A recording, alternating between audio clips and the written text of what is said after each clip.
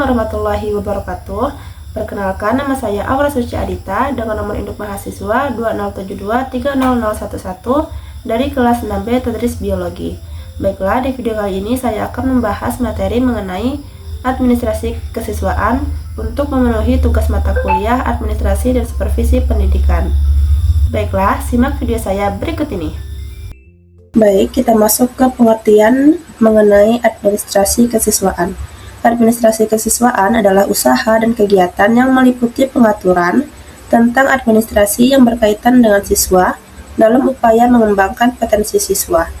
Kegiatan ini bertujuan untuk memastikan seluruh aktivitas siswa berjalan dengan tertib dan mendukung proses pendidikan secara optimal.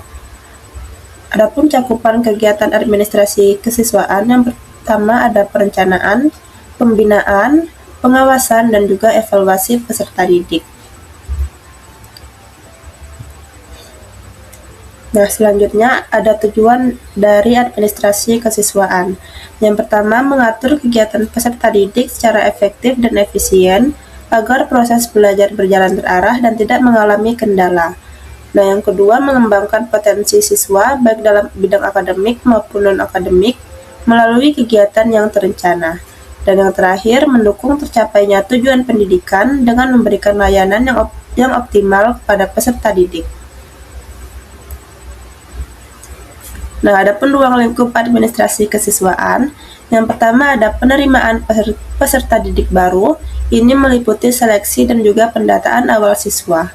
Nah, yang kedua, pembinaan peserta didik melalui pembelajaran dan pembentukan karakter di sekolah. Yang ketiga, pengelolaan data siswa. Ini mencakup identitas, perkembangan belajar, dan juga riwayat pendidikan. Nah, yang keempat yaitu kegiatan ekstrakurikuler. Ini untuk mengembangkan minat dan juga bakat siswa. Nah, yang kelima ada kelulusan berupa penilaian akhir dan pendataan siswa yang telah menyelesaikan pendidikan. Adapun kegiatan administrasi kesiswaan, yang pertama ada pencatatan data siswa. Pencatatan ini menyimpan informasi penting seperti identitas dan juga latar belakang siswa secara sistematis. Nah, yang kedua, pengisian buku induk dan buku klaper sebagai dokumen utama dan ringkasan data siswa yang mudah diakses. Yang ketiga, ada daftar hadir untuk memantau kehadiran siswa sebagai indikator kedisiplinan dan juga tanggung jawab. Yang keempat, pengelolaan mutasi siswa untuk mencatat perpindahan siswa baik yang masuk maupun keluar dari sekolah. Dan yang kelima, penilaian hasil belajar dalam bentuk rapor sebagai gambaran perkembangan siswa selama mengikuti pembelajaran. Lalu selanjutnya ada tahapan administrasi kesiswaan. Yang pertama, perencanaan.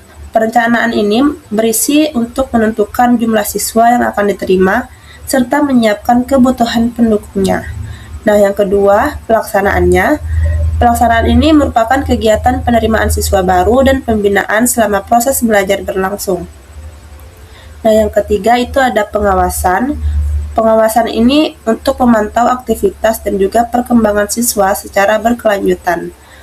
Dan yang terakhir, evaluasi untuk menilai keberhasilan kegiatan dan melakukan perbaikan jika diperlukan.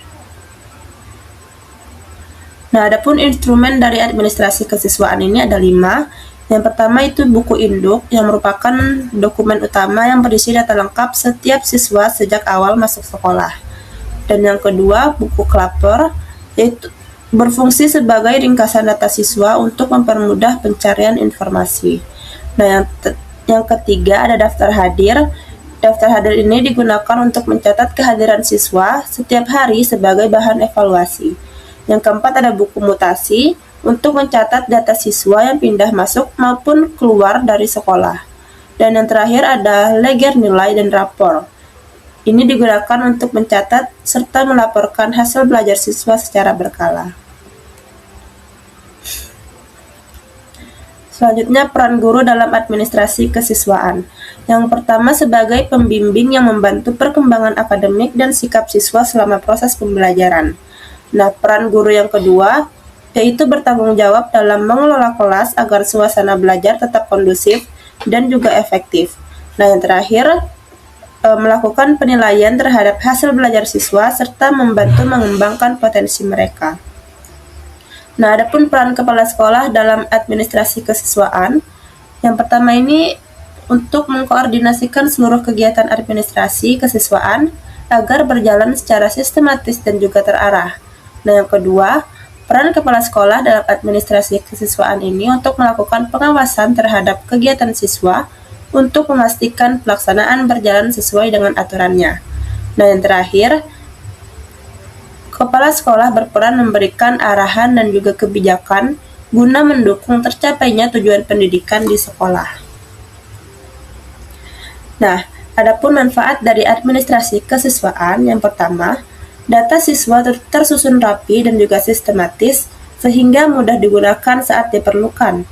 Nah, yang kedua, membantu sekolah dalam mengambil keputusan berdasarkan data yang akurat dan juga jelas. Manfaat yang terakhir untuk meningkatkan kualitas pelayanan pendidikan kepada siswa, guru dan juga orang tua. Nah, adapun kesimpulan mengenai administrasi kesiswaan ini, administrasi kesiswaan merupakan bagian penting dalam pengelolaan sekolah yang berkaitan langsung dengan peserta didik.